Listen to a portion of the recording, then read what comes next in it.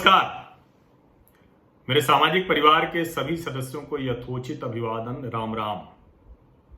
गीता ज्ञान आप भी सुनते होंगे कि क्या लेकर आए थे क्या लेकर जाओगे, जो आज तुम्हारा है वह कल किसी और को होगा, जो कल किसी और का था वो कभी तुम्हारा होगा।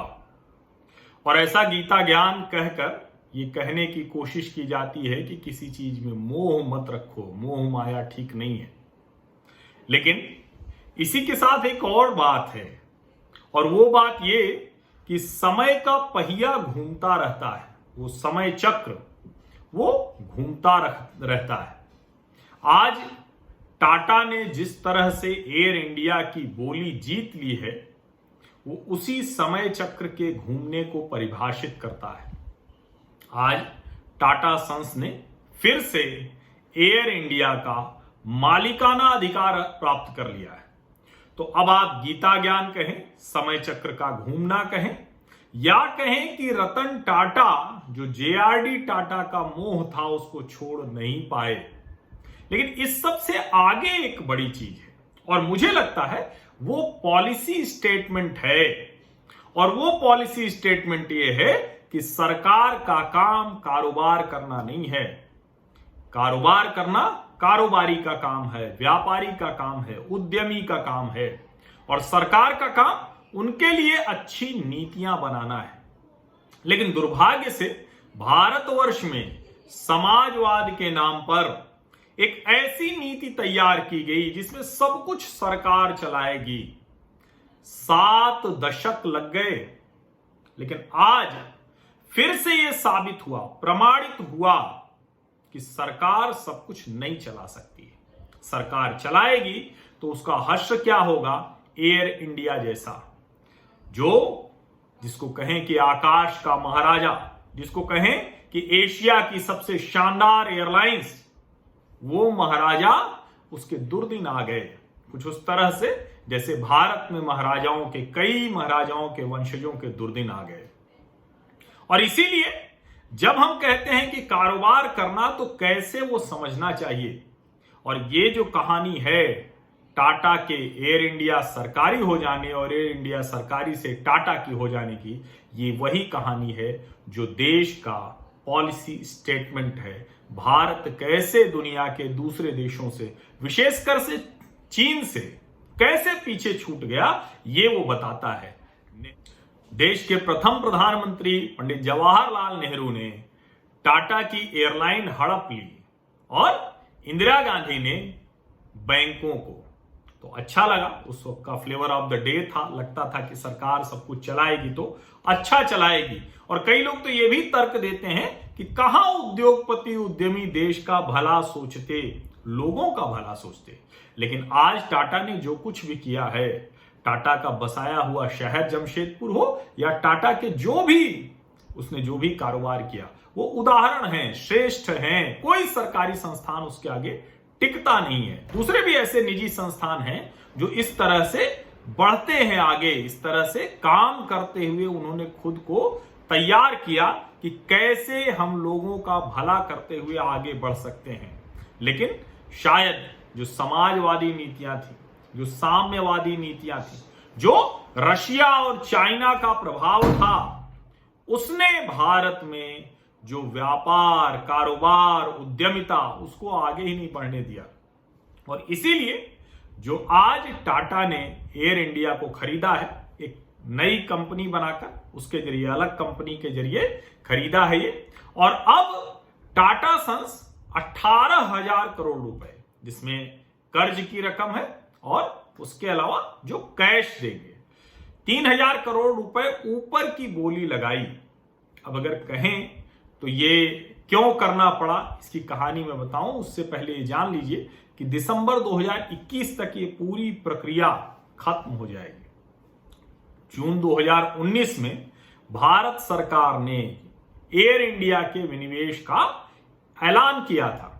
दरअसल तो यह ऐलान 2003 में ही हो गया था। जो रिपोर्ट थी प्रधानमंत्री अटल बिहारी वाजपेयी के समय में, वो कहा गया था कि इसका निजीकरण कर देना चाहिए।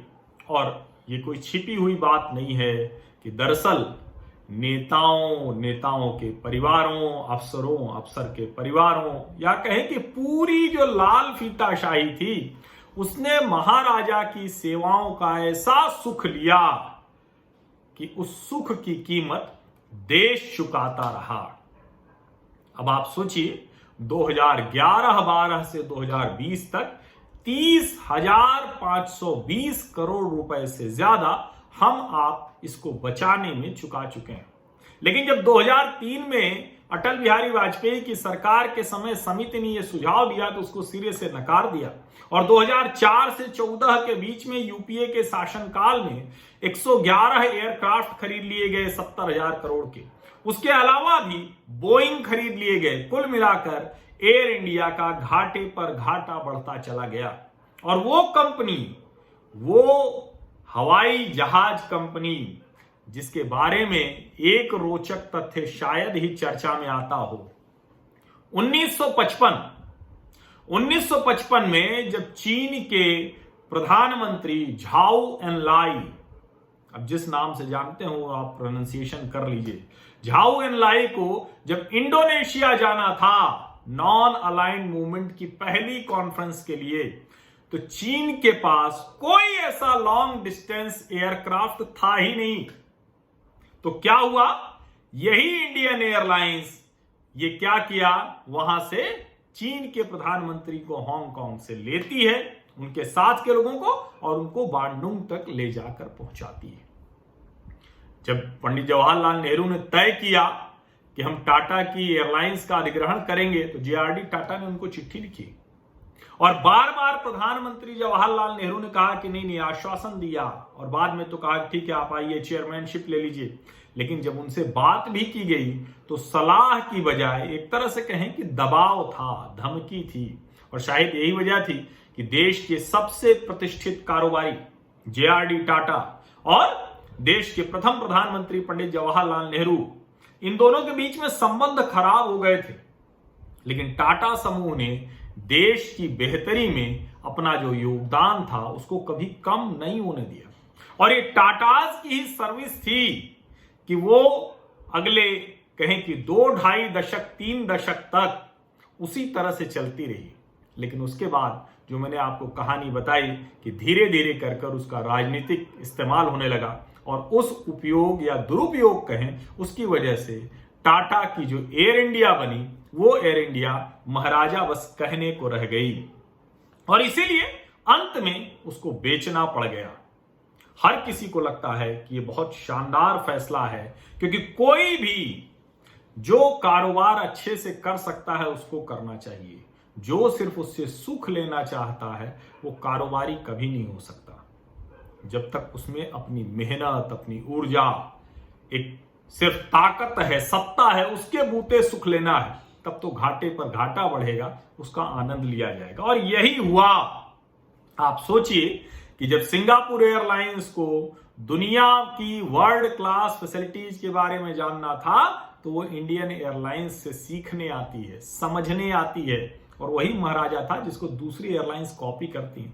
जेआरडी टाटा कहा करते थे, उनका जो विजन था वो बड़ा क्लियर था कि जो ये हवाई सफर है इसको हम सब के लिए खोलें, बड़ा उद्योग बने। और ये कब, ये जब जेआरडी टाटा 1933 में उन्होंने टाटा एयरलाइंस की शुरुआत कर दी थी। कमर्शियल एयरलाइन थी, और उन्होंने कहा था कि Air India should offer something unique to travellers, यानी जो उसमें यात्रा करे, सफर करे। आप लोग बाद में वो किंग ऑफ गुड टाइम्स, वो किंगफिशर को देखकर खुश हुए। एयर इंडिया के जहाज ऐसे हुआ करते थे, सुविधाएं ऐसी हुआ करती थी, आराम इतना हुआ करता था, वो सब कुछ दिया। और जेआरडी टाटा पहले व्यक्ति थे इस देश के जिन्होंने 1929 में 25 वर्ष की उम्र में उनको लाइसेंस मिल गया था। किसका लाइसेंस था? फ्लाइंग लाइसेंस था, जो पहले कमर्शियल पायलट के तौर पर जेआरडी टाटा, और उन्होंने एक प्लेन उड़ाया था 1930 में भारत से इंग्लैंड।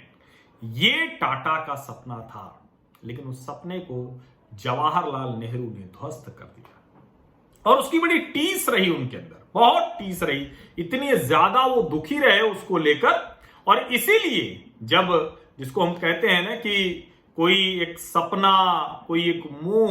अब भले गीता ज्ञान में है कि मोह नहीं करना है, लेकिन ये दूसरे का नहीं था, ये तो टाटा ने खुद तैयार किया था। इसीलिए रतन टाटा उस मोह से निकल नहीं पाए। और आज जब ये सब कुछ हुआ तो उन्होंने लिखा वेलकम बैक, और चिट्ठी लिखी छोटी सी, जिसमें जेआरडी टाटा आगे हैं, यूं करके हाथ खड़े हुए हैं, पीछे एयर इंडिया से लोग निकल रहे हैं। एयर होस्टेसेस थी, साड़ी पहना करती थी, भारत की संस्कृति, सभ्यता, विरासत सब उसमें दिखती थी। और उन्होंने जो चिट्ठी लिखी है वो सुन लीजिए। The Tata group winning the bid for air India is great news, while admittedly it will take considerable effort to rebuild Air India, it will hopefully provide a very strong market opportunity to the Tata Group's presence in the aviation industry. वो कह रहे हैं कि कमाल की खबर है, शानदार खबर है, और मैं स्वीकार करता हूं कि टाटा एयरलाइन को फिर से तैयार करना, रिबिल्ड करना बहुत कठिन काम है, लेकिन ये टाटा की जो एविएशन प्रेजेंस है उसमें बहुत मददगार साबित होगा। वो आगे लिखते हैं, on an emotional note, Air India under the leadership of mister JRD Tata had at one time gained the reputation of being one of the most prestigious airlines in the world. पूरी दुनिया में सबसे प्रतिष्ठित हवाई सेवा के तौर पर इसको जाना जाता था। किसकी अगुवाई में? जेआरडी टाटा की अगुवाई में। ये बात बार बार समझिए, इसीलिए कारोबार करना सरकार का काम नहीं है, ये पॉलिसी स्टेटमेंट सबके दिमाग में फिक्स होना चाहिए। Tatas will have the opportunity of regaining the image and reputation it enjoyed in earlier years. Mr. J.R.D. Tata would have been overjoyed if he was in our midst today. इससे भावुक, इससे emotional, और ये मोह तो होना चाहिए। अच्छा करने के लिए तो मोह होना चाहिए ना, बुरा करने वाला मोह मत कीजिए। We also need to recognize and thank the government for its recent policy of opening select industries to the private sector. Welcome back Air India, Ratan and Tata. शानदार स्टेटमेंट है, और ये दिखाता है कि कैसे जो भारत की प्रतिष्ठा, भारत की जो कारोबारी प्रतिष्ठा है, वो जिन लोगों के हाथ में है, अगर उनको पूरी तरह से काम करने दिया गया होता तो आज हम कहां होते। जिस एयरलाइंस को चीन के प्रधानमंत्री को लेना पड़ा हो, क्योंकि उनके पास लॉन्ग डिस्टेंस करियर था ही नहीं, एयरक्राफ्ट था ही नहीं। और अब मुझे लगता है कि ये जो वेलकम बैक किया है रतन टाटा ने, निश्चित तौर पर टाटा समूह मुश्किलों के बावजूद इसको खड़ा करेगा, और हम फिर से एयर इंडिया, जो इंडियन एयरलाइंस, या अब उसको जो भी नाम वो देना चाहे टाटा के नाम से, वो बहुत जबरदस्त तरीके से अपनी खोई हुई प्रतिष्ठा वापस ले लेगी। टाटा हालांकि अभी विस्तारा के नाम से 51% उसकी हिस्सेदारी है, जो एयर एशिया इंडिया है उसमें 84% है, तो वो अपने ऑपरेशंस कर रहा है, लेकिन इसके साथ जो लगाव है वो बहुत बड़ा है। और मुझे लगता है कि ये एक ऐसी खबर है जो हर भारतीय के चेहरे पर मुस्कान लेकर आई है। कुछ दकियानूसी लोगों को छोड़ दीजिए, जिनको समझ में नहीं आता किसी भी पॉलिसी का विरोध क्यों करना है। और मैं एक बात आपको कहूं, अगर भारत सरकार को अपनी एयरलाइंस चलानी है सरकारी, तो मुझे उसमें कोई दिक्कत नहीं दिखती। एक नेशनल करियर होना चाहिए, कोई समस्या नहीं, लेकिन ये नहीं होगा कि आप जिस कारोबारी से वो लेते हैं, उस कारोबारी की जो फाउंडेशन है उसी को कमजोर करते हुए चले जाते हैं। ये समझने की जरूरत है। हम उम्मीद करते हैं कि फिर से ये हवाई जहाज, जो दुनिया का सबसे प्रतिष्ठित सेवा देने वाला, एक कहना कि एयर इंडिया महाराजा, वो वाली प्रतिष्ठा फिर से वापस आ पाएगी। आप सभी लोगों का बहुत बहुत धन्यवाद।